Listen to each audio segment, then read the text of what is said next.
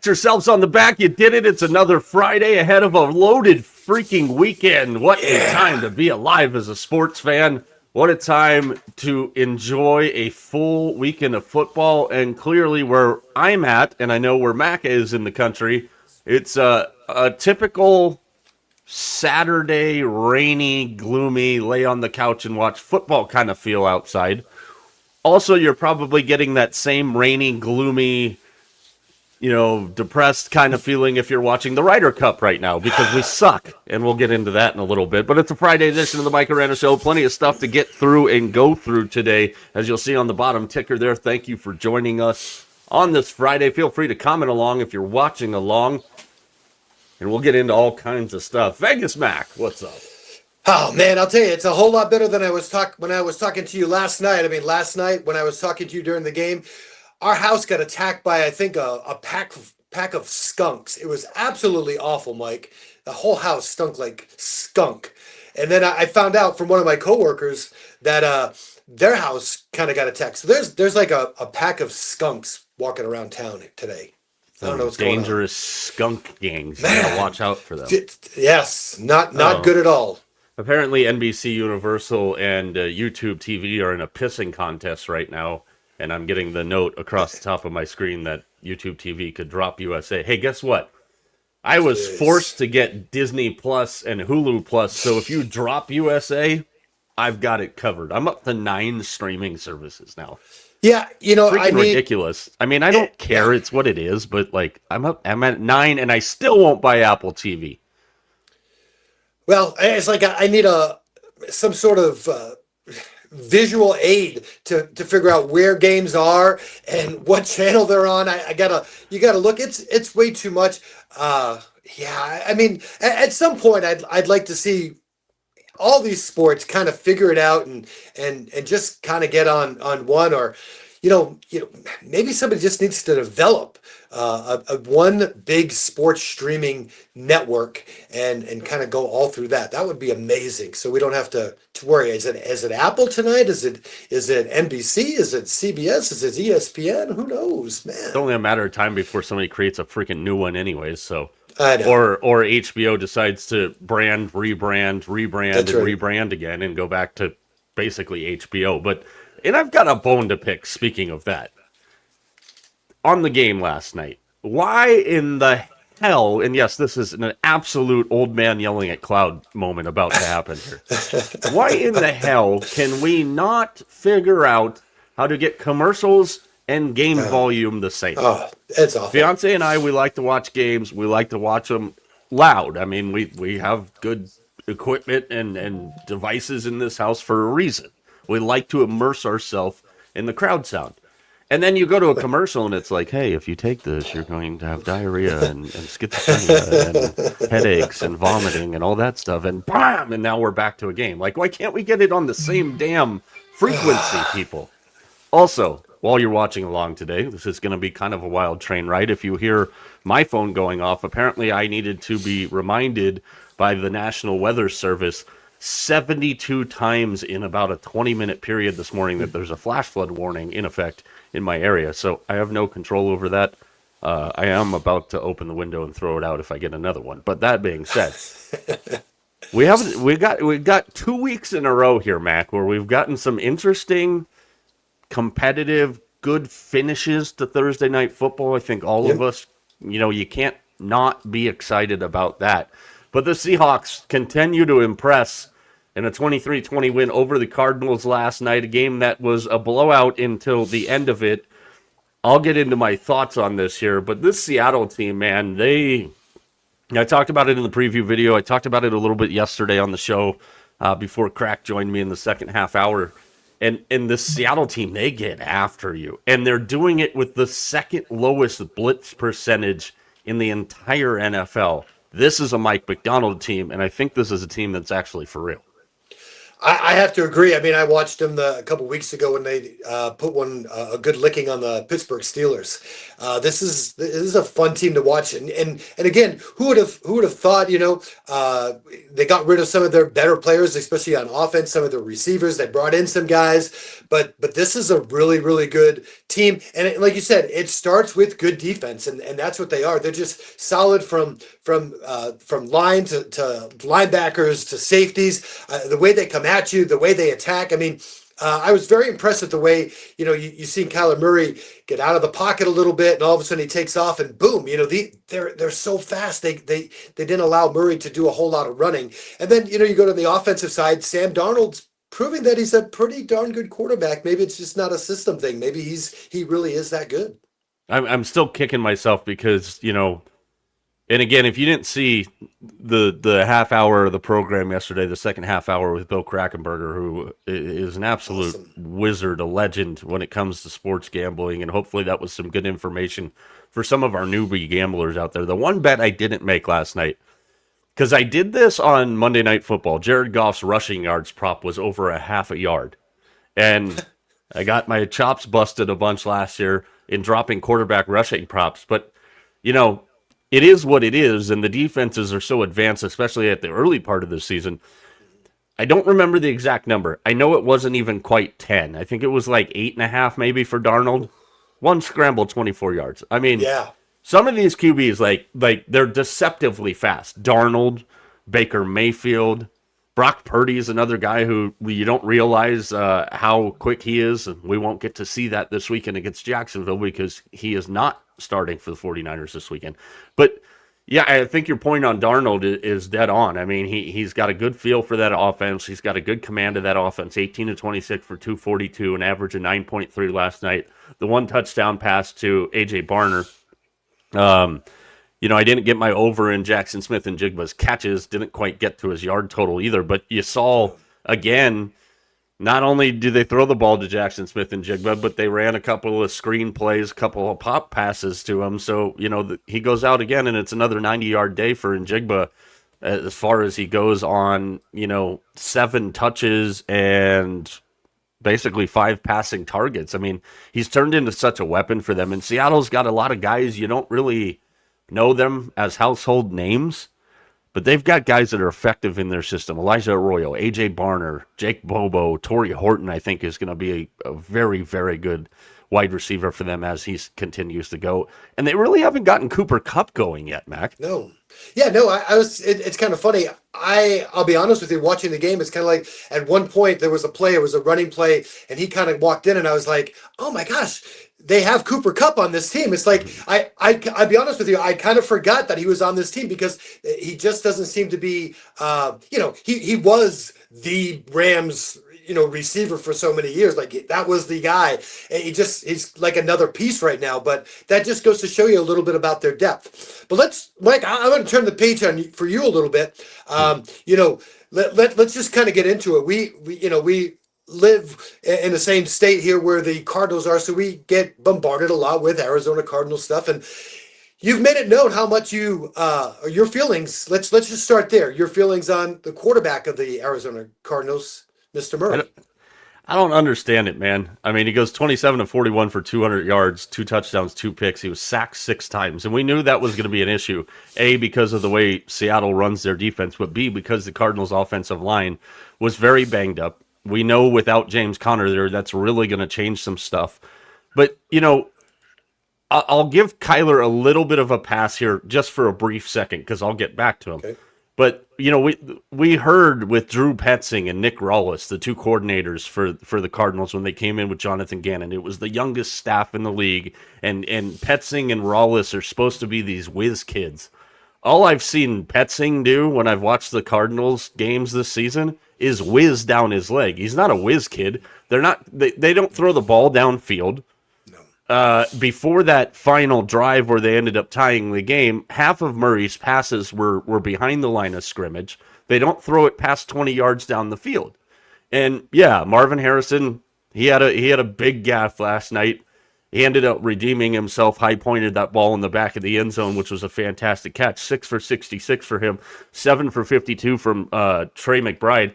They did go after Michael Wilson a little bit, targeted him 6 times, but for all this talk about how these two were two of the sharpest minds coming up in football, especially on Drew Petzing's side, if you're a Cardinals fan, I would have a lot of questions about what the hell they're doing and what the hell their concept is on offense, because they look as lost as it can. They look at 2-2, the most uncomfortable and shaky 2-2 team that I've ever seen. It's interesting. So there's a couple of things that stood out to me. First off, the James Conner talk, and I get it that he's a big part of their offense, but man, oh man, like your season was hinging on James Conner. Like I don't think so. I mean, I really don't. I mean, yeah, I get it. You lose your starting running back. The other thing is with Harrison, and I know like one of the first plays of the game, they went and they threw the ball to Harrison, and then it seems like it just stopped. Like they just completely went away from him. Like until, like you said, a couple of those drives at the end. This is a guy. I mean, not too long ago, like we all remember, at Ohio State, he was the guy. He was going to be maybe the number one pick in the draft. Mm-hmm. I'm like, he's that good. Like your offense. I mean, and again, the comparisons are. I mean, I hate to do it. I mean, it's the whole Larry Fitzgerald. I mean, comparison there, but shouldn't he be targeted more? Shouldn't he be highlighted more? Isn't this a guy that we know can get down the field and get open? And he should be the highlight of that offense. At least that's what I think. I mean, maybe we're missing the boat here on him. Yeah, it's, last night they did target him 10 times, but like, I'm looking at the New Orleans game, 6 targets, the Carolina game, 5 targets, against San Francisco, 6 targets. And I brought this up, I think, on one of the shows that I was solo on last week. Kyler Murray's comments, he's like, hey, listen, I'd love to get everybody 10 targets a game, but that's just not the reality of the situation. Some days it's going to be 10, some days it's going to be 3. And I think that is a statement that blankets the Cardinals' offensive approach right now. He didn't earn the nickname Maserati Marv by Gus Johnson for no freaking reason. That's a guy, every freaking game, I'm targeting him at least 10 times. I'm going to throw the ball where only he can get it. And you saw after he had the botch and the interception that should have been a catch for him, back corner of the end zone, he high points of football. We know what he can do, but this is also where it goes back on Kyler Murray. Can Kyler Murray get the football to him in the points where he can be effective to make those plays? And I think the answer to that is no.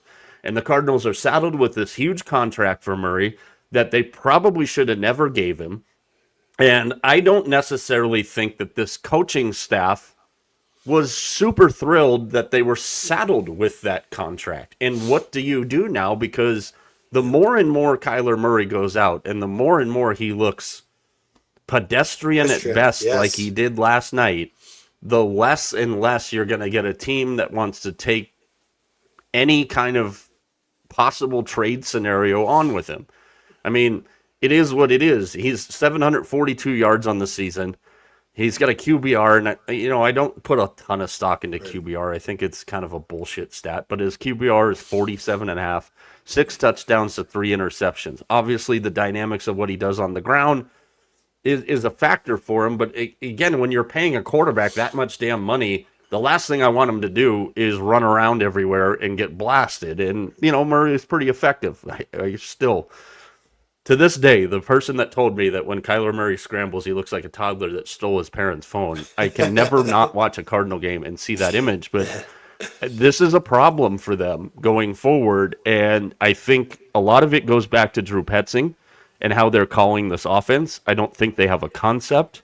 And it doesn't get easier for the Cardinals as they go forward, because when you look at their schedule coming up, if my fingers will press the right buttons here, they've got the Titans game you'll be in the building for. I'll be in that building, yeah. And then after that, they go on the road to the Colts. They have the Packers. They're at the Cowboys. Then they're at the Seahawks again. Then they play the 49ers again, the Jaguars, at the Bucks, the Rams. I mean, this schedule is not getting any easier for them. No, they better pick up that win against Tennessee because like you said, those next 3 or 4 games could be really really tough for them. But yeah, I mean, I think Murray's he's at the, let's be honest, he's at the crossroads of what's going to happen. I mean, is it going to be easy to get rid of his contract? No, it's probably not. But I think the Arizona Cardinals may have to reevaluate this at the end of the year and go, this may not be the guy for our franchise. Yeah, and again, that contract is going to very much tie their hands on where he could possibly go. And we talk about this all the time amongst all sports. Sometimes for some guys, a change of scenery is what the doctor ordered. And I think when you're at this point now in Kyler's career with the Cardinals, you got to one playoff game and got your asses kicked. I mean, it's I don't think Kyler Murray is a quarterback that's ever going to win you anything significantly. I think Kyler Murray needs to be in a system with a real veteran offensive coordinator that can really highlight and utilize his talents. That being said, when we look at the NFC West, this might be the best division in football again. You've got the Niners at 3-0, the Seahawks now at 3-1, the Rams at 2-1, the Cardinals at 2-2. It's the only division in the NFL that has all their teams at 500 or better. And next week on Thursday Night Football, we get to see another battle within this division as San Francisco will go to Levi's Stadium South to take on the Rams on TJ's birthday, which he will not be attending. But, I think that's a big key game here early in the season, because if you're San Francisco, you get that win. You've now done something that you couldn't do last year, and you've got a win over everybody in the division. All the thoughts and the comments and the statements about, short week, blah, blah, blah, travel, all that, it doesn't pertain to this one. I mean, you're not talking about crossing time zones. And again, the 49er fans travel extremely well. Obviously, the Niners got their issues. Brock Purdy, we found out today, actually, will not be playing for the 49ers this weekend. So I don't know if that's the talk was last week, if it was a playoff game last week, he would have played. So that leads me to believe that maybe they're going, hey, he could play this weekend, but we know how important this game is early with the way the West is shaping out next Thursday. Let's make sure he's on the field next Thursday. Then he can play, get some extended rest. This division's loaded, man. Absolutely, it is, and it's a fun division, and I think it goes pretty much untalked about. I mean, those 3 teams, and we saw what the Rams, what they've done over the last couple of weeks. I mean, they could easily be 3-0 in this division. Don't remind me. Yeah, I know. And it's interesting. It's their defenses too. It's these 3 teams play really, really good defense. And we even saw the Cardinals last night. I mean, the Cardinals defense actually stepped it up last night and played pretty darn well against a good Seahawks team. So yeah, I mean, I'm in agreement with you on that. This is a fun division. I can see them getting multiple teams into the playoffs easily. Yeah, and if there's something that kind of concerns me a little bit, if there's one thing that keeps me from thinking that the Seahawks are a complete football team, they haven't really gotten the ground game going yet. Walker at 61 yards a game, Charbonnet at 32. He did miss last week. Sam Darnold at a 12.7 yards per carry average right there. But, that's the one thing I think Seattle has definitely got to be looking at here. And with some extended time before they play their next game, that's something I think they're definitely going to look at. Their next game, not an easy one. It is up in Seattle against Bakey, the touchdown Makey, and the Bucks. So that'll be a fun one on next Sunday's schedule. And then after that, they go to Jacksonville, and they have Houston before a bye week. So interesting stuff there. We'll see how both those teams bounce back. The Rams, obviously, in action, speaking of the NFC West, against the Colts this weekend. I think that's a game a lot of people are really, really excited to see. But we've got a loaded week at Mack in college football, and we've talked, and we're going to cover the big games this weekend. The Big Mac kickoff game tonight will be USC and Illinois. I'll have Georgia and Bama, and TJ After Dark will have Oregon and Penn State. But when we go through some of the rest of these games, I think a game that I'm very interested to see. I don't think they're going to have a whole lot of problems in this game, but it is an undefeated Washington team hosting Ohio State up in Seattle. That's a 12:30 West Coast kickoff on CBS and Paramount Plus. See, I'm going to be your guide. I will be your guide right here. Thanks. I appreciate it. I'm interested to see how Julian's saying and the Buckeyes do in this game. You know, the first road test of the season. It is a tough environment to play up in Yeah. Seattle. It gets loud up there. I don't particularly think Ohio State's going to have a whole lot of trouble with Washington, but it's an interesting spot early on in the Big Ten schedule. Yeah, Washington is never an easy place to play. I mean, like we're feeling right here, it starts to get a little bit cooler there, usually a little bit wet there. So always have to take those things into a factor. But I have to think that this is an Ohio State team, well rested, ready to go.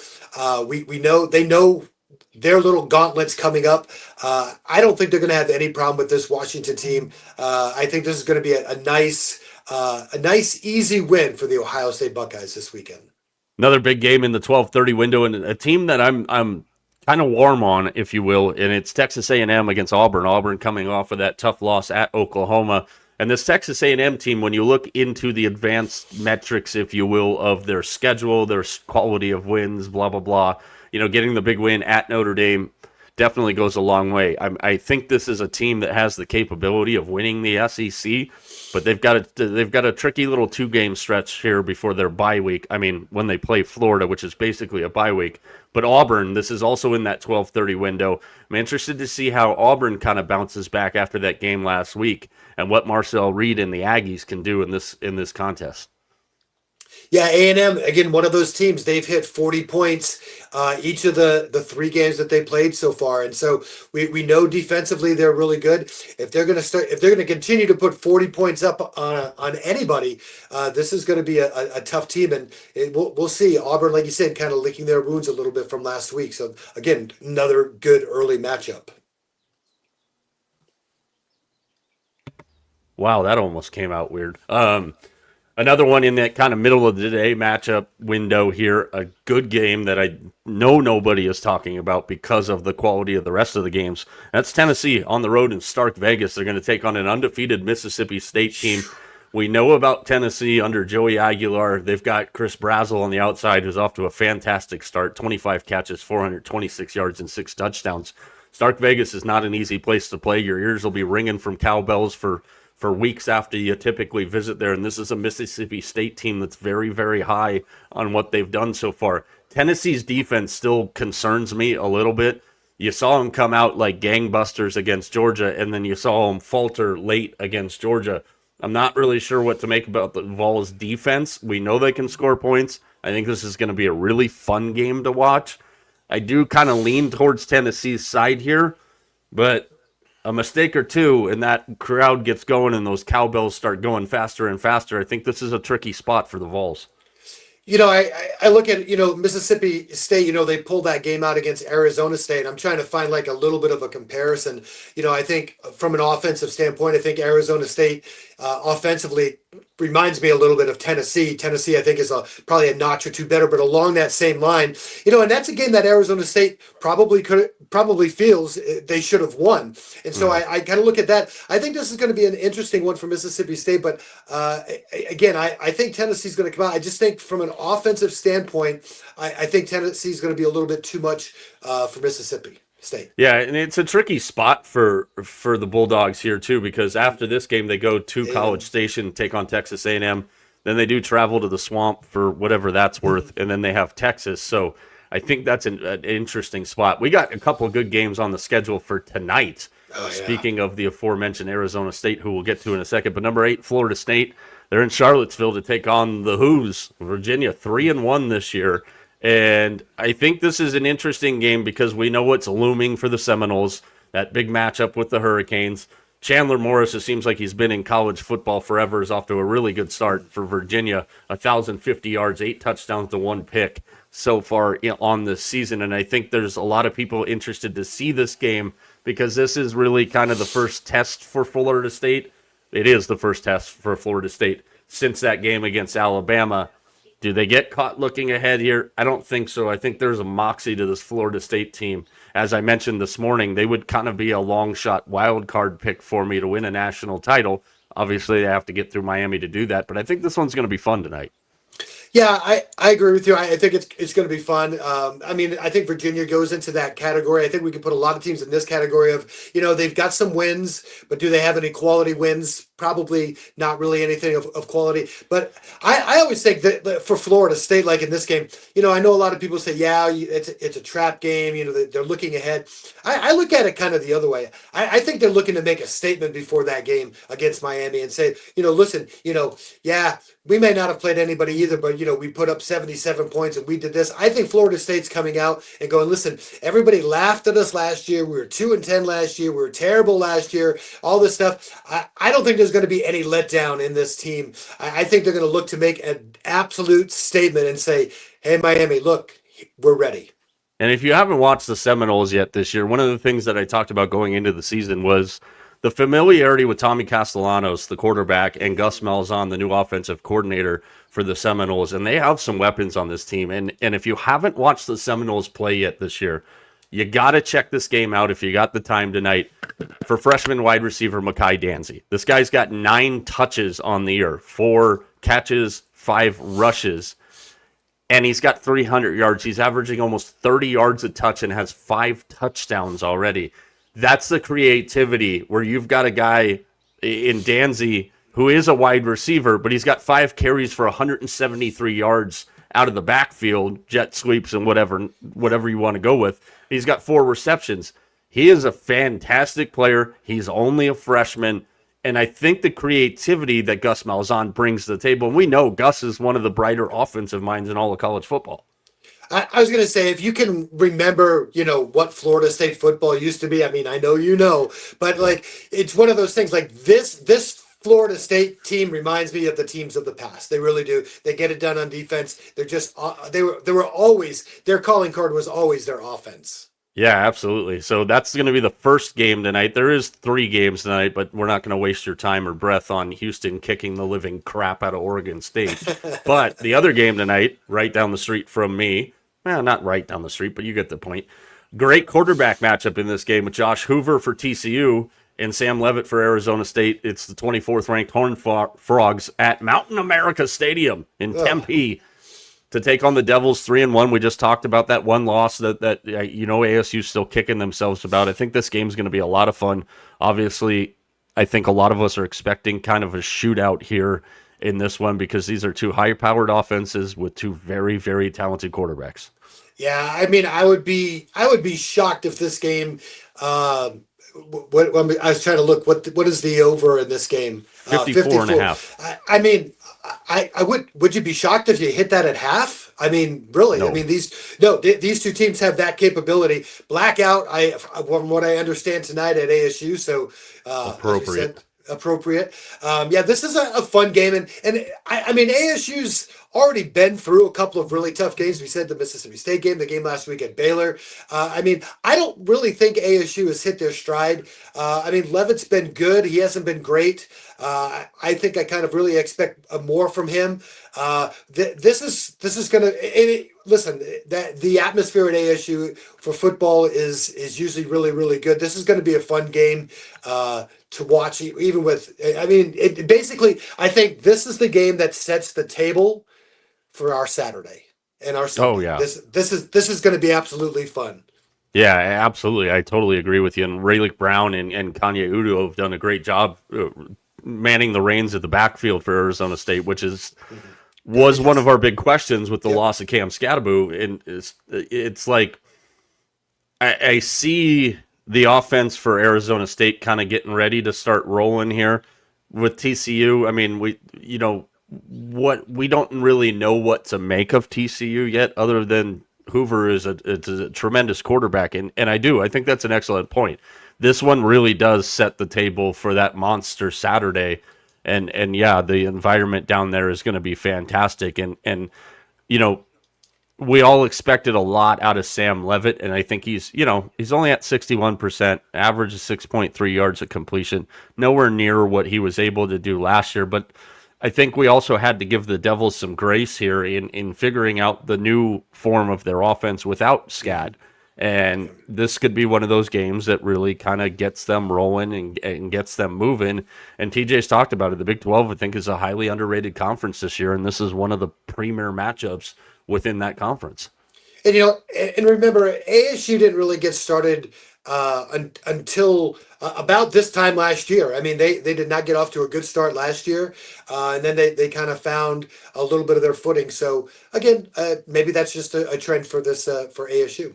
Yeah, and it's a huge game, just to go back to, the thing that TJ's been lauding on for a couple of weeks here. I mean, you've got, everybody's in their first or second conference game. So you got Iowa State. We know about Texas Tech. Houston's going to get another win tonight. Not a conference game, but they'll be 4-0.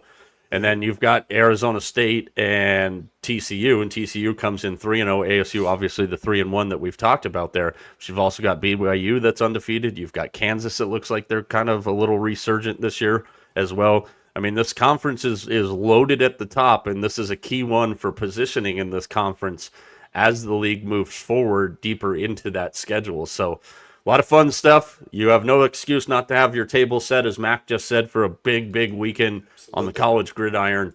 We're going to do something new on this Friday. Mack's with me on a handful of these Fridays this year, and I'm still trying to create a contest that I can beat Mack straight up in. So we're going to do Mike and Mack straight up on these Fridays where we're together, and we're going to tab it. No point spreads. Our thoughts on the NFL schedule.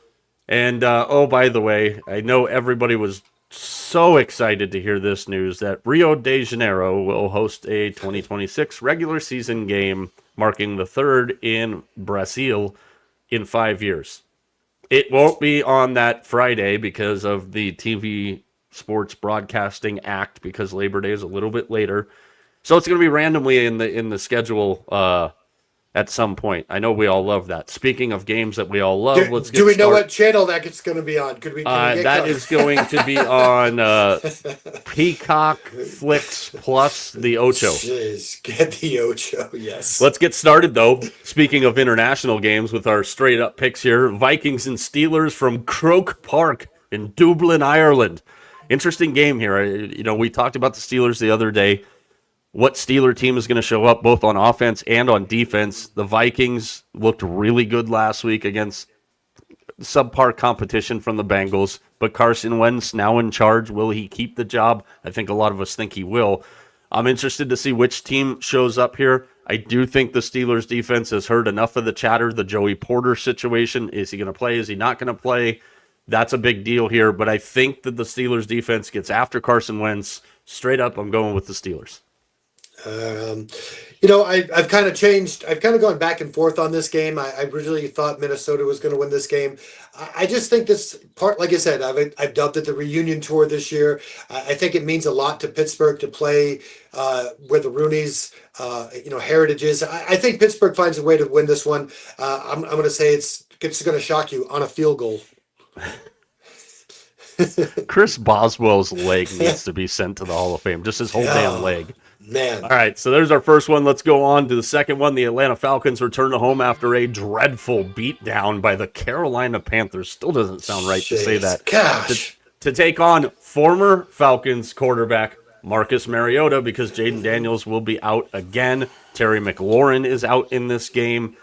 John Bates and Noah Brown. A lot of injuries for the Commanders.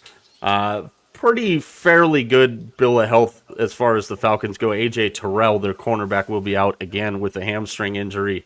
But I think this is an interesting one. I think Marcus Mariota comes in here with a chip on his shoulder. I think Washington obviously just trying to bide time until Jaden Daniels comes back. But Mariota played really well last week. This Falcons team, I have no idea what to make of them. I thought that game on Sunday Night Football, they kind of wowed me. Their defense played really, really good against the Vikings, and then they go out and they just get the doors blown off of them by the Panthers. So I'm going to go with the Commanders in this one, Mac, straight up. I was really high all at the beginning of this Falcons team. I was embarrassed last week when I had to even mention the score of the Falcons, but I think they're going to find a way to get it done. They usually play pretty good at home. I know they dropped their opener against Tampa Bay, but I think Bijan Robinson is going to have a good game, whether it's running the ball or catching the ball. I think he'll hit a century mark one way or another. I got the Atlanta in this one.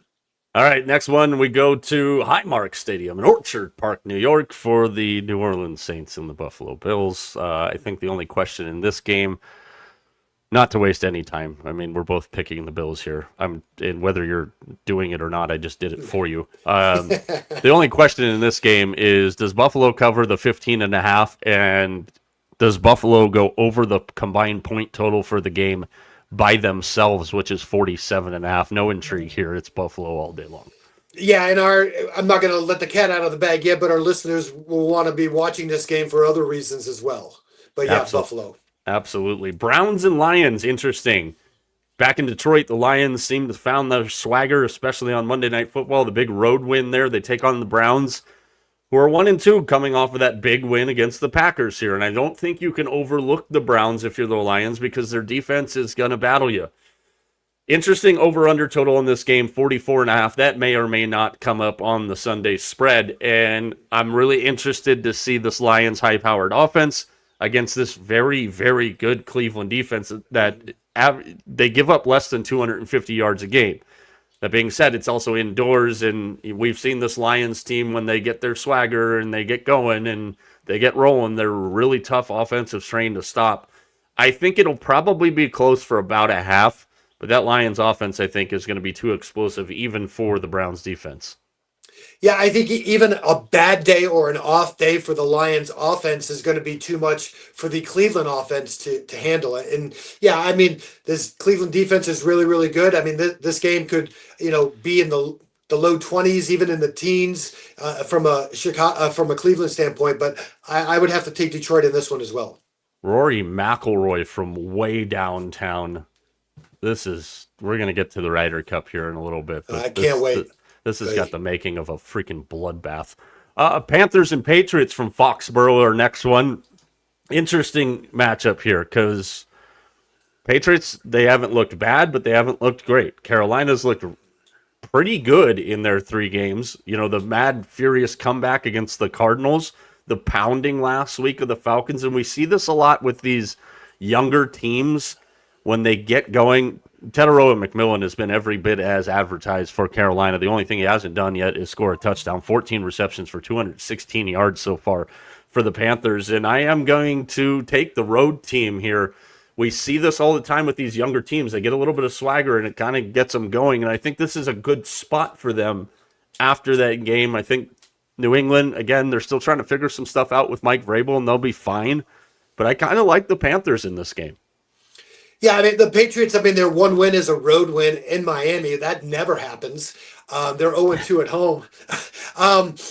Listen, last week, they almost beat the Steelers. They had 5 turnovers. They had the ball, inside inside the 10-yard line 2 or 3 times, and they turned the ball over.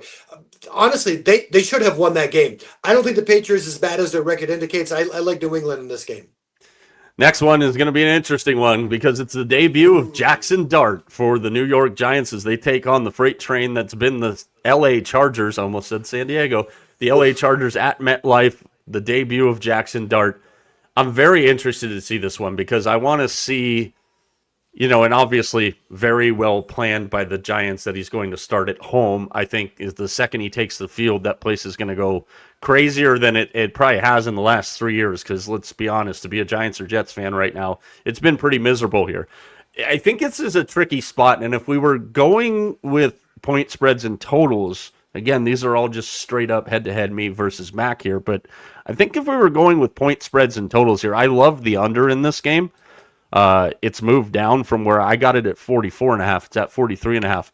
I don't, it's hard to call because we don't know what we're going to see out of the Giants. We could see just a renewed energy. Malik Neighbors actually not just have to catch deep balls. You get him in space, move him around, but it's a tall task against that Charger defense. I think the Bolts go to 4-0, but it's going to be interesting. Yeah, I mean, here's the thing. You never want to be a rookie quarterback going up against really, really good defenses. And the Chargers are pretty darn good.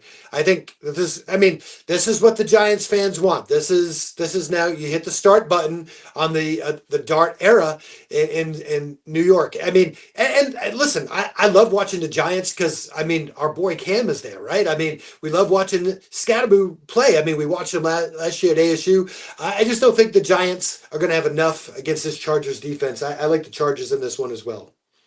All right, our next one on the slate for Sunday is a big one. Eagles and Bucks from the pirate ship in Tampa, Florida. Buccaneers riding a whole high of momentum. 3 come from behind wins in the final minute. The Eagles come in 3-0. All kinds of butt stuff, as TJ's talked about. I'm interested to see this game because I think Philadelphia, from an offensive standpoint, has got to start to do something creatively other than this boring, plain Jane vanilla offense. And I get it, Eagles fans. You're winning games. That's great. That's what you want. But the packages and everything that you're going to see from Todd Bowles in this game, it's a stadium that Jalen Hurts has never played well in, and the Bucs are riding a high right here. And this is a game that's going to be it's going to prove to be very pivotal down the stretch in the NFC standings. Emeka Egbuka off to a great start for the Bucs. I think he's already kind of got a stranglehold on Offensive Rookie of the Year here. And I'm going to go with the Bucs. I like the hot hand. I like what Baker's doing right there. I think this is definitely a tough test for the Eagles coming off the emotional win last week. And again, it's not a stadium that Jalen Hurts has ever felt comfortable in. Yeah, this is going to be a fun game to in that first early morning slate to get going. I love Tampa Bay. I really do. I love Baker Mayfield. I love the grit that they have. But listen, the thing about Philly, and we know it. It's the script may be boring, but like we said, all that matters is at the end of the fourth quarter, you got more points than the other team, and more often than not, whether they're at home or away, that happens for Philadelphia. So I'm going to take the Eagles in this game. I think they're just a little bit better of a team. I think it's going to be a great game, close game, but I think Philly wins. NRG Stadium in Houston for the next one, an AFC South battle between the winless Titans and the winless Texans. Cam Ward randomly popped up on the injury report at the beginning of the week with a calf and ankle. It looks like he's fine to go, but I think this, we've talked about the problems with the Texans top and bottom here, and they've looked downright horrible all season long. The Titans a little banged up on the offensive line here, and the one thing that's been pretty consistent for Houston so far this season is that defense. Now, it looks like they're probably going to be playing this game without Derek Stingley, which is a big deal. But I think the loss of Kevin Zeitler for the Titans, if he doesn't play with Will Anderson and that defensive pressure that Houston likes to put on you here, is enough for me to go, I have no clue what's going on with the Texans offense. Somehow their offensive line got worse when they addressed it in the offseason. But the defensive pressure that the Texans put on, I think, is enough to keep Cam Ward winless in his rookie campaign. Something has got to change, right, with the Texans. We just don't kind of know what it is. It's someone's going to get their first win of the year. I'm going to take the upset in this one. I'm going to go with Tennessee. I think Tennessee finds a way. I have a lot of trust issues. We talked about it on Tuesday with the Texans team. I don't think they figure it out quite yet. I think Tennessee gets a win in this one. They can thank me next week. You could be in the building for a 2-game winning streak for the Titans if that happens. I know. That we'll see. It could be. Colts and Rams from SoFi in Inglewood. Indiana Jones and Jonathan Taylor come rolling into town undefeated. The Rams obviously coming off of that tough loss last week. Kicking was not a good thing for them at any point in that game. A game they really kind of choked away to the Eagles. And I think this is one that's going to have a lot of eyeballs. I know I'm very interested in this one because it's our first chance to really kind of get a gauge for what this Colts team really, really is. They're riding a momentum high. Jonathan Taylor looks like right now, if you had to make the decision today, he'd be your offensive player of the year. 60 carries, 338, and 3 touchdowns. The Colts defense, very underrated. We know the Rams defense is very, very good. And I said it the other day when we were talking, hot hand is the right hand. And I'm going to go with the Colts on the road in this one. Nice. Listen, the scoffs that I got when I put the Colts in the playoffs. You almost made me choke to death. I I Scoffs. know. I know. I surprised everybody, but there's something about this as I dug deeper onto the Colts. I really like this team. I think this is a tough matchup, though. I think again, making that trip out west, I'm going to go with the Rams in this one. I like the Rams as well. This is definitely a game you want to circle. This is going to be a fun game in the afternoon. There's quite a few, but this is definitely one. Yeah, another game that I think is kind of flying under the radar that people aren't thinking was going to be a great game. And it's, again, Brock Purdy's still listed as questionable. The rumor is that he's not going to play. And then you've also got Mac Jones, who was questionable with the knee that he was basically hobbling around like the Walking Dead last week on. Ricky Pearsall's also dealing with the knee. Juwan Jennings with an ankle for the 49ers. They do get Demarcus Robinson back off of his suspension. And this game got a whole lot more interesting today when 49ers defensive coordinator Robert Saleh said, Jacksonville, this is a very young but talented group. Liam and his staff and a couple of guys coming from Minnesota, they've got legally a really advanced sign-stealing type system where they always find a way to put themselves in advantageous situations. They do a great job with it. The formation, you just try and find a nugget. They try and find any nugget they can. So we've got to be great with our signals, and we've got to be great with our communication to combat some of what gets told on the field. Wow, that's interesting. Yeah. Connor Stallions and the Jacksonville Jaguars here. Who knew? I think the matchup for me, and obviously the big news for San Francisco is losing Nick Bosa again to an ACL injury for the year.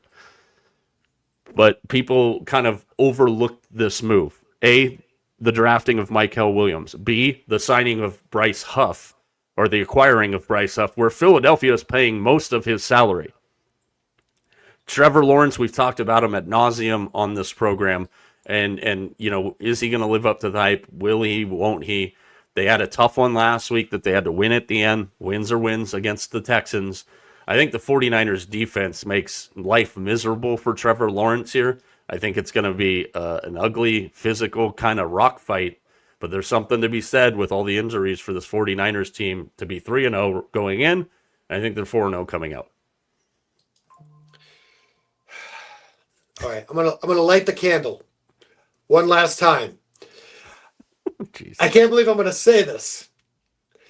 I'm going to take the Jaguars in this game. You know how I dislike the Jaguars, but this is still a talented team. Now that you told me that they're great at sign stealing, now I really want to jump on it because I didn't tell you. I'm just the messenger. Saying, right. I'm just saying. I think this could be. All kidding aside, we've joked about how we just don't trust this Jacksonville team. The reason being is because they can't get a quality win. Maybe this is their quality win. At some point, it has to be. So again, I'll light my candle and see what happens. I'm gonna jump on the sword on this one, and I'll take Jacksonville. You typically tend to send our comment section ablaze. Candle jokes for you. Ah, nice. Now we're getting candle requests here. You don't like it. It's lilacs. You don't like lilacs, so that's why it's in my room. How do you know what I like and don't like? Well, not you. Yeah, no, I'm just saying. I don't strike you as a lilac guy. You do not strike me as a lilac guy. I'm a maybe lilies, but not lilacs. No, I'm more of like I need the watermelon or the cinnamon or it's got to be my fiance hates it. He absolutely hates it. Apparently, we know where you got your lilac candle. Yeah. Now we know. Yeah. Next one. Somebody's going to leave Geehaw Field at Arrowhead Stadium 1-3, and I know that sounds crazy, but it's going to happen. That I can guarantee you. As the Ravens take on the Chiefs. I talked about this the other day when we were talking about it. No, it was the other night when we had the show on. I think it was Tuesday night when we were talking about the Monday Night Football game. I thought Lamar Jackson looked a little uncomfortable throwing the football on Monday. He still had a good game. But when I look at this game, Mac, what it comes down to me is if one of these teams has got to score 30 points, I trust the Ravens to get that done way more than I trust the Chiefs right now. I think the Chiefs are going to be a team on the backside of the season that we have to keep an eye on because it's going to take them some time to get everybody back in the fold and get everybody functioning and as an offensive unit. You have mentioned this a lot. The lack of a running game for the Chiefs is a big-time problem. And I just don't see Baltimore not being sharp and ready for this game after getting smacked in the mouth at home on Monday Night Football. So I think the Chiefs go back to their cars in the parking lot with a 1-3 record trying to figure some stuff out. Give me the Ravens. Goodness gracious. I think Xavier Worthy is supposed to be active and ready for this game for the Chiefs. So that's definitely a plus for them. They need to get something else.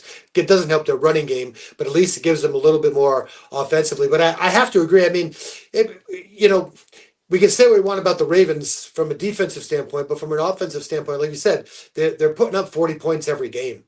Can Kansas City do that? I don't think so.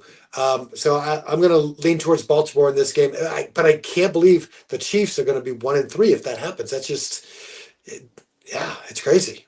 It is crazy. The final day game is from Las Vegas in Allegiant Stadium. The 1-2 Bears, the 1-2 Raiders. The Raiders looked really good in week one, not so much in the last couple of weeks. The Bears looked really good for 3/4 of week one and not so much in the next 5 quarters and really good last weekend, but it was against the Cowboys. So we know absolutely nothing going into this game with these two teams. There's going to be a hell of a lot of Bears fans in Las Vegas this weekend. I'm really interested to see how the Raiders bounce back in this game. I'm really interested to see if there's momentum that the Bears can carry going forward in this game. The Raiders have bit me twice, so I kind of have to back off and go, I know what Pete Carroll is building and what they will become. I just don't think I trust them as much as I might trust the Bears, which sounds really weird. I'm going to take the Bears on the road in this one. Yeah, we both liked Chicago at the beginning of the season, put them in the playoffs, as a matter of fact. I'm going to take Chicago solely on the train that I want TJ to have to wear that T-shirt or that jersey. That's it. So that's my only rationale in this game, because I plus the Raiders are his team, so that even puts more salt in the wound. So there you go. There you go. Shout out TJ. I'm sure he's not listening.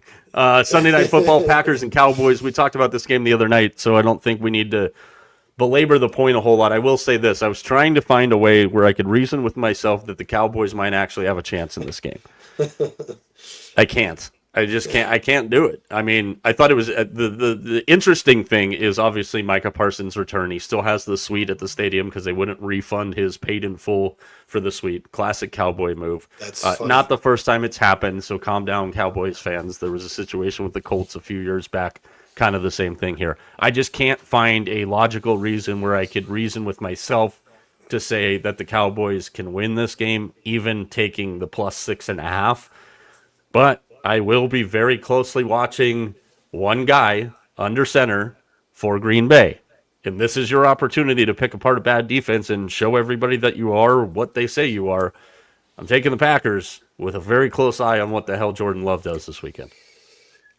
You're really close eye on what Jordan Love really does this close weekend. eye. Yeah, exactly. As I said, I think Green Bay wins this one. I don't think it's close. I think they put a good hurting on the Cowboys, and I want to know. I still want to know the over and under whether Parson gets that video tribute. Not happening. Geez, God. I'm going with the over-under on times we see Jera on the TV broadcast about 10 times. Here's a guy. All right, I hate to do this to you folks out there, but we have to watch them, so you're going to have to hear us make some picks. A Monday Night Football double crapper, and it starts from Hard Rock Stadium. Dolphins will be wearing some slick uniforms. Might be the only thing that looks good about them. I know Vegas Mack, when he sees them, our uniform connoisseur on the program, he's going to like them. Hold on. But that being said, let me just say those Cardinal uniforms last night were terrible. They were ass. What my wife said, it looks like they got into a mud fight. They had Buccaneers colors because you saw the little hints of the orange. Yeah. And then they looked like tortillas. That was going around after the game because when they zoomed in on them, they looked like tortillas. Look it up on your Twitter after we get done here. Not a fan. Jets and Dolphins. Somebody's going to be 0-4 after this game, and it's a Monday night double crapper. It's an upper decker. It's a double flusher. It's post Taco Bell. This game is going to be butt ugly here. Tua taking some shrapnel from Cam Newton. Also, Tua. This makes some of us wonder what's going on upstairs with Tua. That when hearing Cam Newton's comments, he said, "I'd love to see somebody come off the street and play quarterback."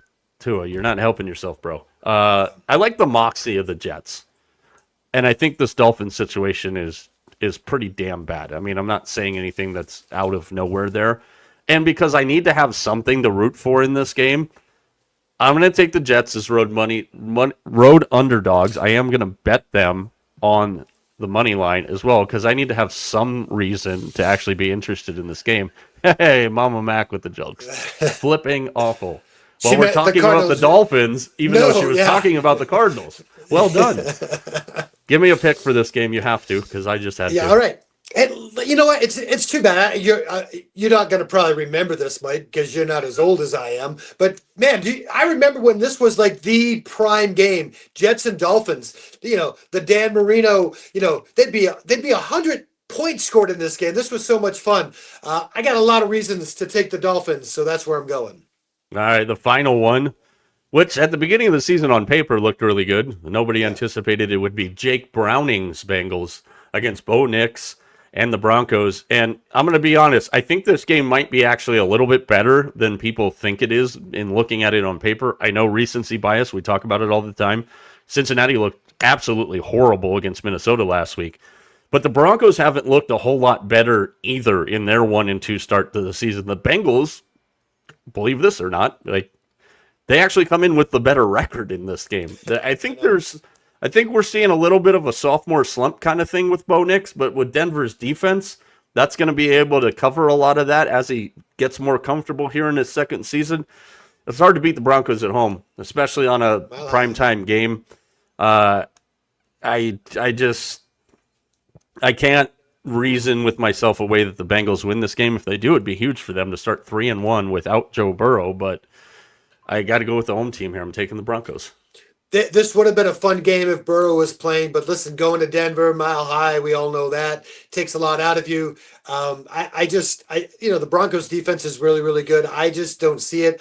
I think on the lower end scoring of this game, but I like Denver in this one. All right, that does that. We'll update you the next time Mack is on a Friday lunchtime live with me. I mean, don't bet those picks. I wouldn't recommend them. I mean, I'd do it. Who cares? Not bad. That was a lot of fun. That was good. I'm taking the Jets on the money line. I love that. I have fully convinced myself to take that because that'll give me a rooting interest in that game.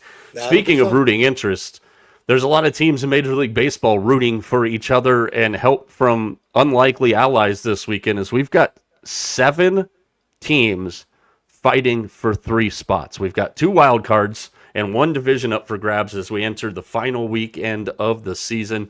The American League East is tied. The American League Central is tied.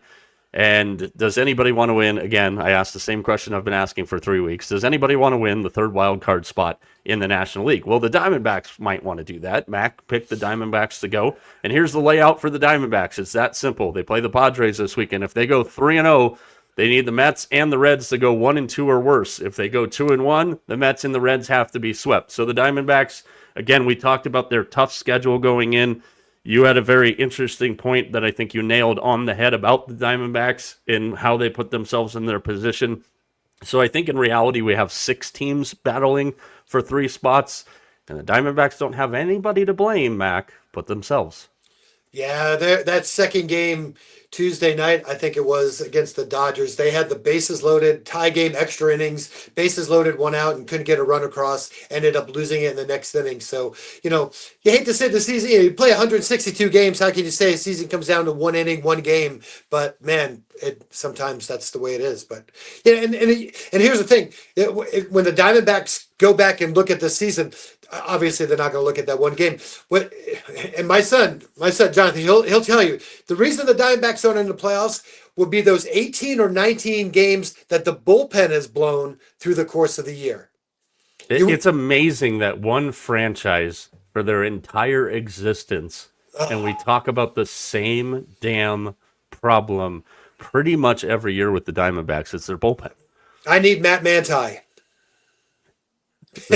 I'm sure there's some Diamondbacks fans that would like BH Kim to come back as well. BK Kim, yeah, no joke. Yeah, it is funny though. It's just that they have never they've tried everything in their everything, and they've even made good acquisitions, to fill that spot. It just whatever the reason doesn't work. But that's the biggest thing of D-backs will have to address is that bullpen. That's the reason they won't go to the playoffs.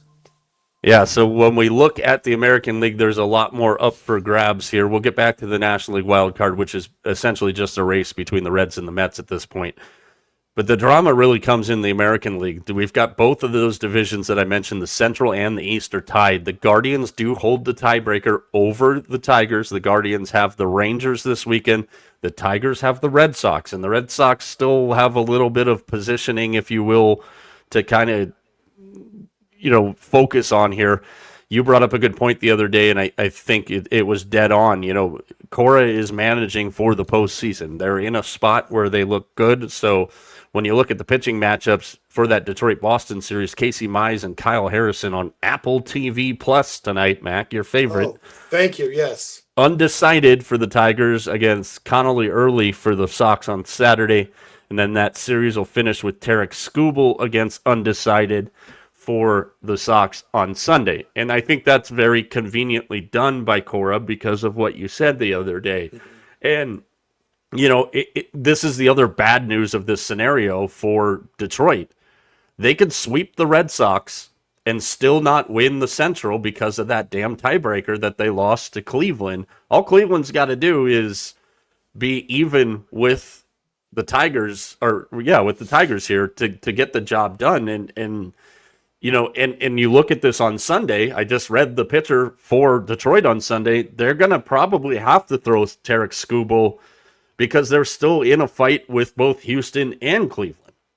Yeah, I mean, again, we mentioned this. It's kind of funny how the schedule has kind of worked itself out for that. Detroit at Boston. I mean, what a great way to end this year with these two teams battling for really a playoff spot. But Detroit has.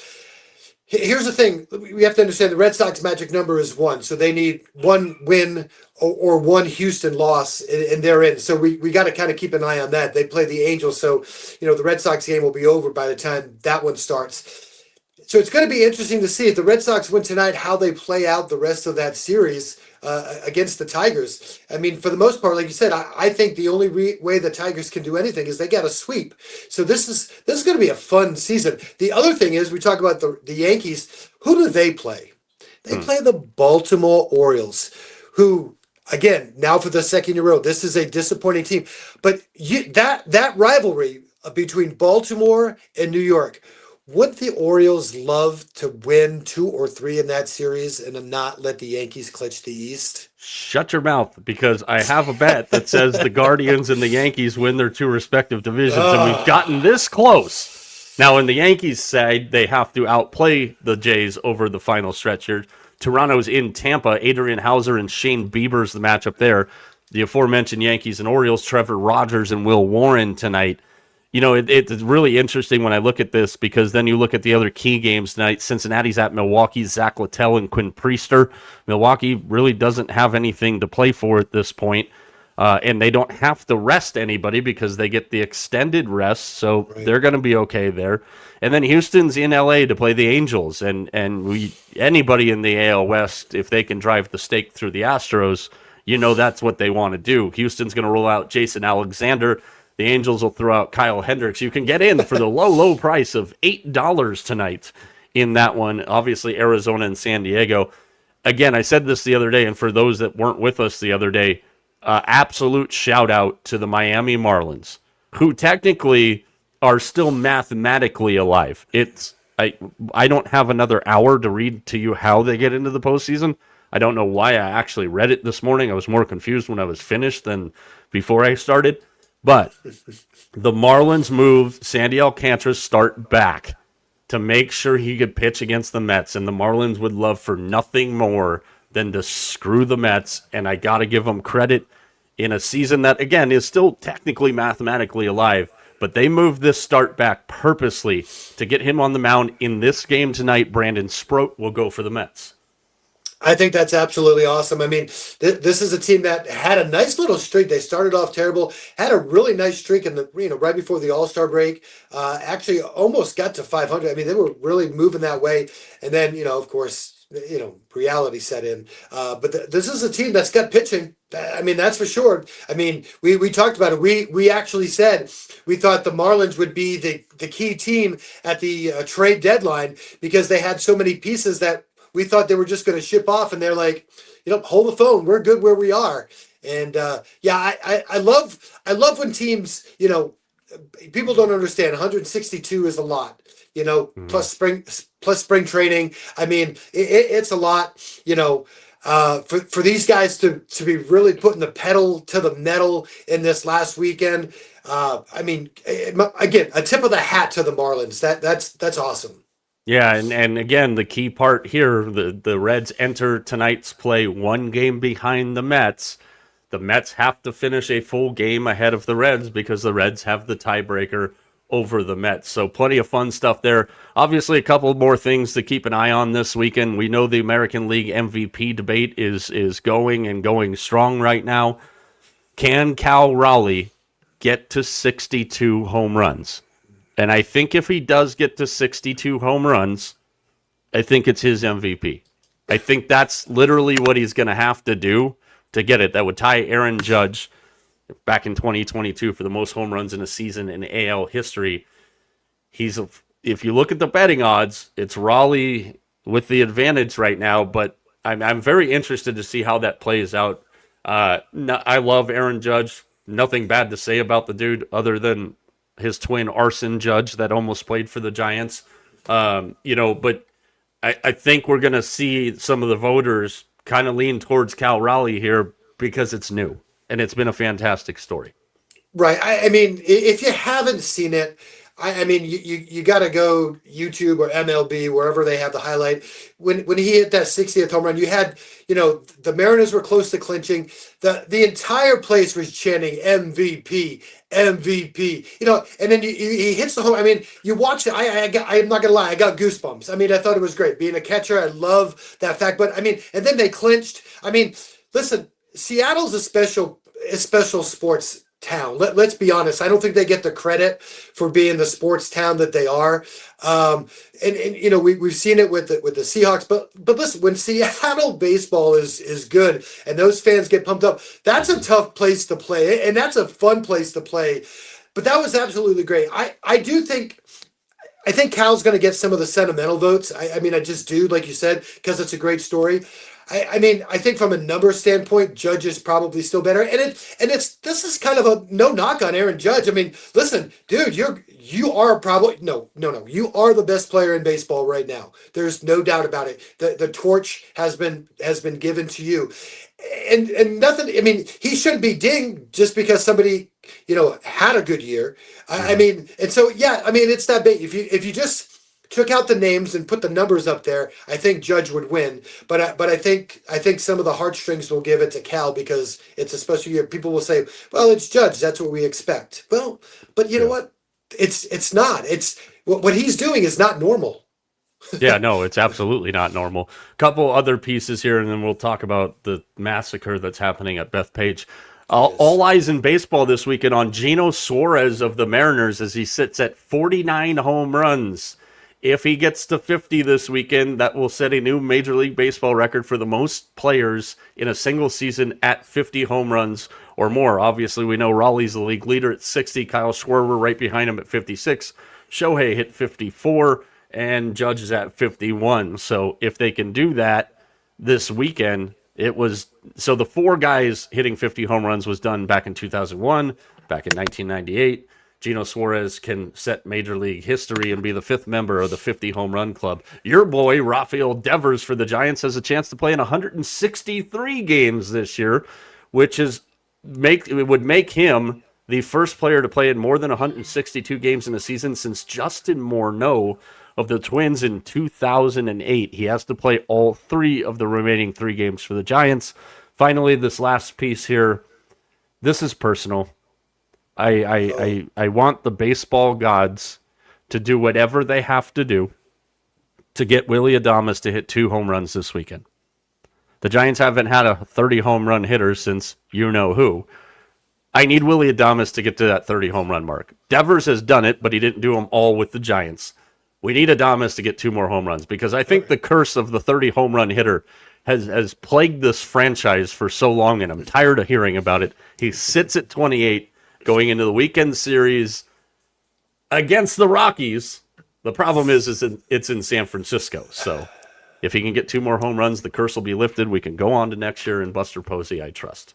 What I don't trust right now, Mac, is how this Ryder Cup has started for Team USA. Because outside of Bryson DeChambeau hitting a monster bomb off of the first tee to get us started, it's been nothing but crap from the U.S. team so far. And as this has been on while we've been talking here, the European team is starting to go bang, bang, bang on the greens from way downtown. And Justin Rose has kind of like activated that Justin Rose another level that comes out in the Ryder Cup. This thing's going to get ugly real quick if the U.S. can't salvage this afternoon. All right. So first off, I'm not surprised. I'm really not. When I looked at the rosters, I mean, I think the European team has the better golfers, but I don't. The Ryder Cup's not about golf. It's really not. It's here. Okay. The Ryder Cup is about a mentality, and Bryson will fit this mentality, but listen, there isn't that player on the U.S. team that I don't know the right way, like doesn't have that edge to him. I mean, Scotty is a great player, best player going, but I'll use like Rory as an example. Rory has an edge to him, and we've seen it. Good or I mean, we've seen it. We know my boy Hatton has that edge. You know, he flips out all the time. I mean, and Justin Rose, I mean, from this kind of standpoint, I mean, he's locked down. And it goes back, it's not just now. You look at some of the players the Europeans have had, you know, Colin Montgomery, you know, the rumor was, you know, nobody liked him, but you know, to play against him, you know, he was a pain in the ass, you know. Same with Sevi, you know, and even I don't like Sergio, but Sergio was the same way. It's that mentality. I don't see that in the USA team. I can't. I mean, Justin Thomas, no. I mean, Sam Burns. I mean, no. Again, good golfers, but this isn't about golf. This is about. It's something else. And I mean, the Europeans have it. I mean, John Rahm, you know, Hatton, Justin Rose, I mean, Rory, Shane Lowry, to that point. And I think that's the advantage that the Europeans always seem to have against the United States. It's a different mentality. And, you know, they don't care. And maybe it's because they play here more that they're not as intimidated on the soil. I mean, when we went to France the last time, I mean, that thing was over after the first shot. I mean, I remember that. I was like, it just looked like it was going to be too much for the U.S. to handle. When the Europeans come here, like I said, maybe because they play here all the time, it doesn't look like it's too much for them to handle. But I just don't feel as though we do well. Where we do well is Sunday. Why do we do well on Sunday? It's one-on-one. You know, that's kind of what we're used to. Europeans own the rest of this. I'm not surprised at all. Yeah, Europe up 3-1 right now. Rahm and Straka putting one on Scheffler and Spawn. They're 3 up through 11. Griffin and Bryson are actually 1 up on Fleetwood and Rose. This one's been the most fun to watch. They are on the 10th hole. Oberg and Højgaard getting pounded by Cameron Young, who is playing his ass off, which I don't think is surprising to anybody. No. He's from that area. It's basically a home game for him. And I really do like that pairing of Young and Thomas together. I do. Yep. And then the 2 Irishmen, McIlroy and Lowry, are 2 up through 9 on Burns and Cantlay. You know, tomorrow, for those of you that are not familiar with the Ryder Cup format, morning foursome, so alternate shot, followed by afternoon 4 balls, which is better ball.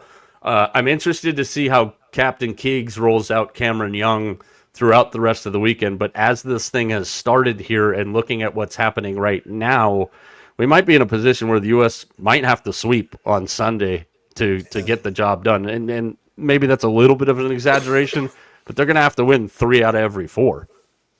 Yeah, I mean, like I said, and that's always been the strength of the U.S. team. I think they do really well in those singles matches. They just, you have to remember, the four ball and the four. You're not. It's a different kind of golf. It's not something. I mean, you have to play to your partner's strengths, and whatnot, and we don't do enough of it. I mean, and it just, and so it becomes, like I said, more mental. So let's hope. But I mean, like I said, Scotty's down now 3. I mean.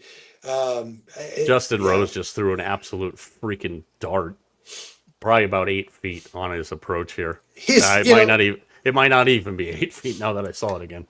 he's going to go down. Justin Rose is going to go down. I mean, but he probably won't. He's honestly, look at his career. He's a top 10 golfer in his career. I mean, he really is. I mean, he's done so much, not only as an individual, but as team stuff. He's probably as underrated a golfer as there is, even as he's getting older. Yeah, absolutely. I mean, there's been several times that Justin Rose has either won me money or put me in the money here, but this is getting ugly. And if everything holds as we sit right now, the U.S. is going to have a pretty steep deficit and a lot of points to make up with not that much time left. I hate that this is on like right now. I understand that it's always kind of been at this time, but like. It's like, hey, the Ryder Cup's being played this weekend at Bethpage, and college football said it, whipped it out and dropped it on the table and said, hey, look what we have for you on Saturday. And like, I'm interested, I'm curious to see what the ratings are going to come out to be on this. Again, I don't give a crap about the ratings because they don't pay our bills, but I'm interested to see how many eyeballs they get on this because I think this is something that the new PGA Tour commissioner will very much take into consideration on how maybe they can work together and put this somewhere different where maybe it gets a lot more attention. Hell, give it to us on Tuesday, Wednesday, and Thursday. But yeah, and here's the thing: like, we know in advance, years in advance where these things are.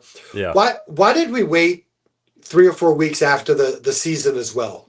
Why couldn't we do this the week or so after the PGA season? I mean, you're now ending the PGA season in August. Why could, I mean, and that was one of the things that Scotty even said. He said that when he played the last time, he had taken 3 or 4 weeks off. And, I know they did a little bit more to prepare this time, but why did they have to wait? I mean, like you just said, you're running into, what is now the premier week of college football. Get it at the beginning, do this the week after. And I think it might be better. And plus, it's obviously not going to help. That fringe person who may have wanted to watch the Ryder Cup is going to look at the score and go, "Oh man, we're down 5-2 or whatever it could be. I'm just going to watch, the football game." I mean, it's and the other thing that's really pissing me off about this because we know Bethpage, we all know it well as golf fans, and they cut all the rough down for this. I mean, like I don't understand the point of that one bit whatsoever. And we talk about this, and we talked about it a lot during this past hockey season here. Just a couple more minutes before we finish up for the week. But we talked about it a lot during hockey season and how the hockey schedule shifts when they, the four nations and all that. There's zero reason that the PGA Tour schedule can't be moved up an entire, 2 weeks, started a little bit earlier. Right. I know the fans in Phoenix will be like, Super Bowl weekends when the waste management's supposed to... Who cares? If it's a Ryder Cup year or a President's Cup year, and I get it, that's pretty much a full rotation. Move the schedule up to where this is like literally the weekend before football starts. I think it would be a great move for them. And listen, if the United States really wants to win this thing, I mean, and I'm being serious. I'm not joking about this one. Why don't they have it in Phoenix? Can you I've been banging that drum for a while, man. Can you say, listen, Waste Management fans, we're going to bring you can you imagine that? I mean, we already know what the Waste Management is on a regular basis. Can you imagine what that would, I mean, I don't like to spend like a lot of money on tickets to go to things, but I don't know that there'd be a dollar amount I would not pay to go to that. Nope. That would be something. And I mean, I would train for a whole year to get in that front of that line to sprint to 16 to get. Hell. I would do it, Mike. I would train, baby. If you are a decision maker in the golf world, what he just said is worth bringing it here, because I would pay good money not even to watch the Ryder Cup, to see him sprint with the Breakfast Club at the Ryder Cup. Man. Here's the other thing too, and I think this is why, if I'm going to give our team an excuse for the slow start today, did you see the video from earlier this morning where they were counting down the time until the beer lines were open for business? Why the hell weren't the beer lines open like right away? And I'm not familiar with New York liquor laws, so that might be a thing, but they waited to get this whole crowd greased and out of their mind and all liquored up, which would have been a huge advantage. Now we're relying on guys like Coach O, like Go USA, to get us all fired up here. Ridiculous. Is there not a golf course up in Buffalo? We know Buffalo does it right. That's probably where we needed to have it. I don't get it. The next couple of Ryder Cups in the United States, at least, 2029 they'll be at Hazeltine in Chaska, Minnesota. 2033 they'll be at the Olympic Club. Beautiful golf course. If you've never gotten a chance to play the Olympic Club, I strongly urge you to try and go play the Olympic Club. You got to have a couple of $50 handshakes to get it done, but go play the Olympic Club. 2037 Bethesda at Congressional. That'll be on the blue course. We go to Ireland next in 2027. Spain in 2031. So a lot of interesting stuff. That'll be fun. Yeah, I think next year is going to be a riot. In Ireland? Holy shit. Jeez. They won't have any problem opening alcohol lines too early at that place. I'm sure the pub will be open at 3 a.m. Actually, it wouldn't have closed. So. Yeah, exactly. I mean, just run it through 24/7. So plenty of stuff coming up this weekend. As I said, the Big Mac kickoff game tonight, USC in Illinois. Tomorrow we'll have Bama, Georgia. TJ will have After Dark. We'll have 5 for 500 Saturday night, Sunday night Mac, and the Sunday morning spread. When we come back on these airwaves in this particular space on Tuesday, there will be wild card action going. So Tuesday's show, Wednesday's show are going to be packed. A lot of stuff coming up. This is a fantastic time to be a sports fan. NBA is around the corner. NHL has started playing some games in the preseason already. Man, it is a good time to be alive. Any final words before we get up on out of here for the weekend, sir? Hey, guys, ladies, kids, enjoy this weekend. We don't get a whole lot of weekends that are jam-packed with this much, but I mean, pick your poison. Football, hockey, baseball, golf. I mean, enjoy it all. Enjoy it all. Go to Mike's house. He's got all kinds of TVs. He'll have it on for you. The door will be locked. I'll be in bed all weekend. I will not move myself from this office all weekend. Oh, one last thing. I forgot. You haven't sent me your EG's order yet, so make sure you get that to me before I head down. You can sit on that one and spin. For everybody behind the scenes, for TJ, for Vegas Mac, we appreciate all you. Follow us on our social channels at Mike Arana Show. We'll talk to you on Tuesday night in this space.